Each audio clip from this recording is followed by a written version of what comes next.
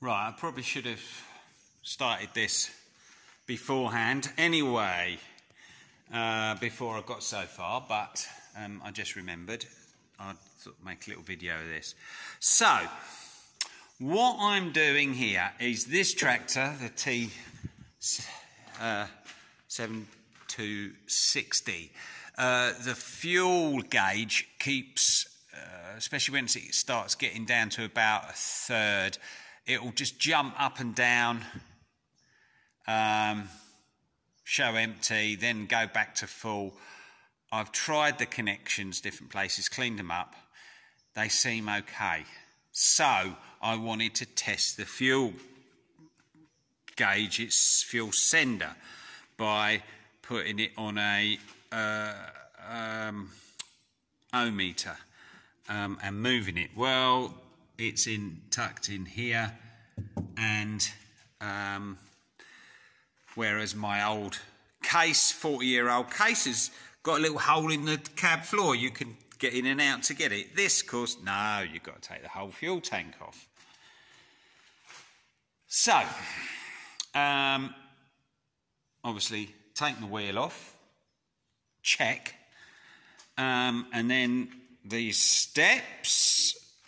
Then, of course, because this thing's got AdBlue, which is here, this is bolted onto the fuel tank. So I'm just thinking about what do I need to do with that.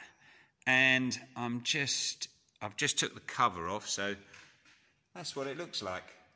The AdBlue pump and system, dosing unit presumably. So it might be that I can just disconnect a pipe somewhere, because it all runs out here. So it might be a couple of pipes I can just disconnect off of here, disconnect the two electrical plugs here. They're easy enough. They come out of there, they've got a little rubber grommet. And then that whole unit, I can just remove the tank and that, just take it off, because it's just held on with 3 bolts. That can go. Yeah, that can go. Then I can move to this. Or actually, I might not have to. Anyway, it's all still up in the air exactly what I'm going to do, but I thought it was interesting looking under there anyway. You don't drop this one down by the look of it, because you've got a massive bar run through it here, and it looks like you undo some bolts and draw the thing sideways. And once you've drawn it enough, I can get the fuel gauge out and test it. Probably turn out it's absolutely fine, and it is a wiring thing, but we'll do it and see what happens. But I'll carry on with that tomorrow. Okay, that worked out a little bit simpler than I thought. So the 2 electrical connectors there, obviously quite straightforward. And then these couple of pipes just unclipped and come off. There's one there.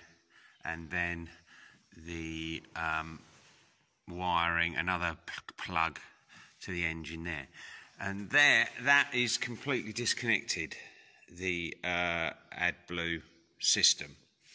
But it's still attached to the tank, so I haven't had to take that off.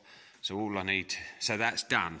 All I need to do now is drain the rest of the diesel out of this tank and slide it sideways, in theory. Before I disconnected anything there, because I'm not sure what exactly you can and can't do, I worked the battery isolator, so there's no power or anything running through that. When I took this one off, there was quite a bit of, presumably AdBlue, come dribble out of it.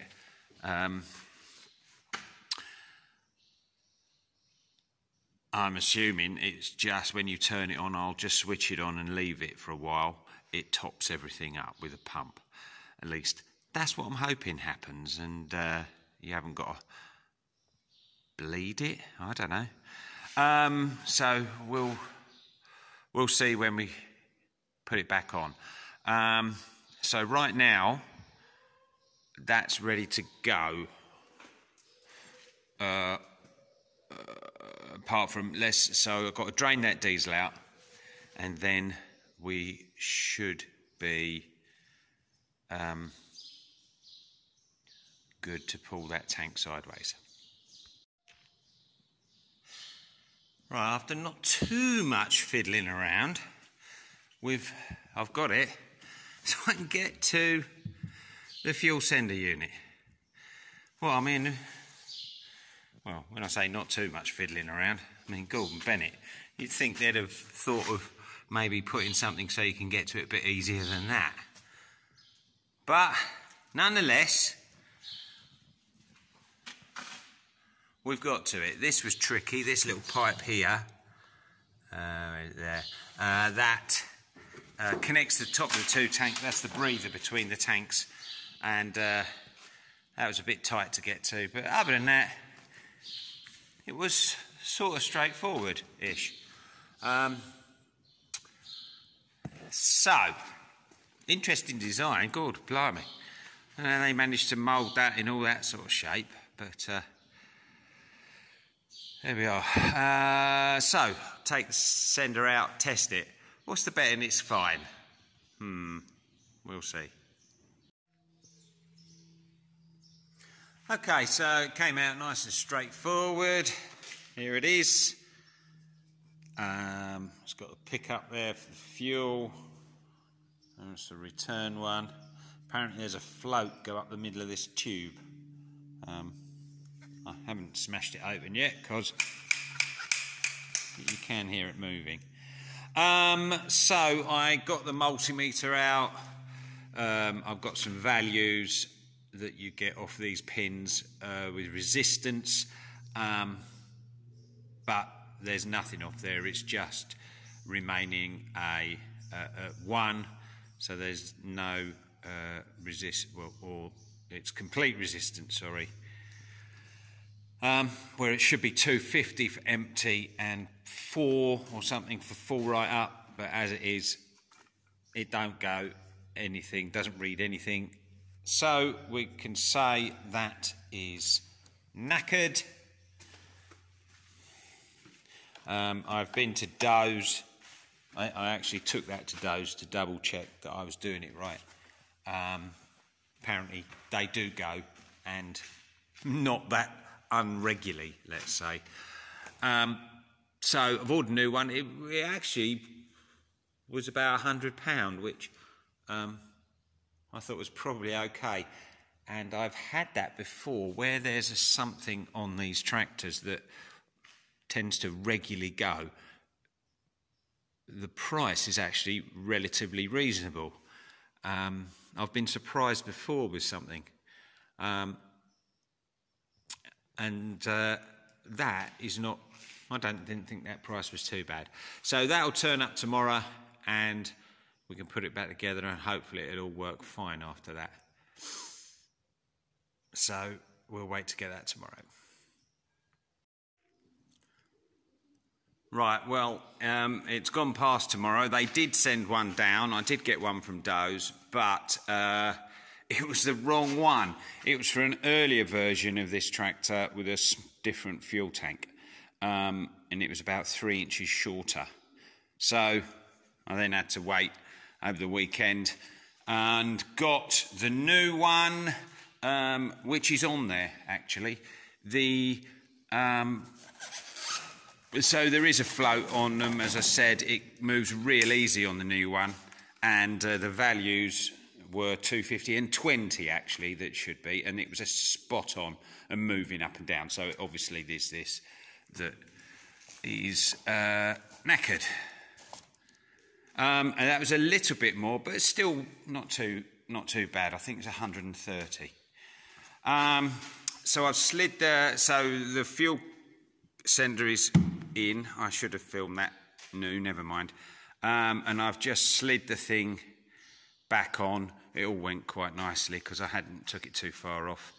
The top pipe, the breather pipe across the 2 tanks is connected and tightened, as is the drain plug and the main connecting pipe between the 2 tanks at the bottom.